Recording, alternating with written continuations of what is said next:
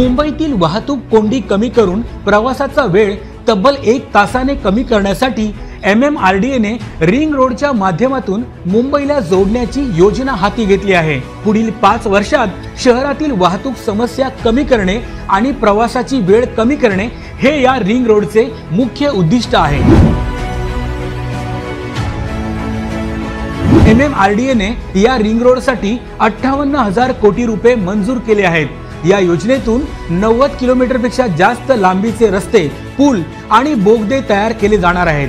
हे सर्व रस्ते मुंबई शहराला बाहेरील बाजूनी जोडतील आणि मुंबईतील उपनगरांना देखील मोठी कनेक्टिव्हिटी मिळेल। रिंग रोडमुळे उत्तरेकडे गुजरात आणि दक्षिणेकडे कोकण आणि पश्चिम महाराष्ट्रापर्यंतचा मुंबईकरांचा प्रवास सुलभ होणार आहे।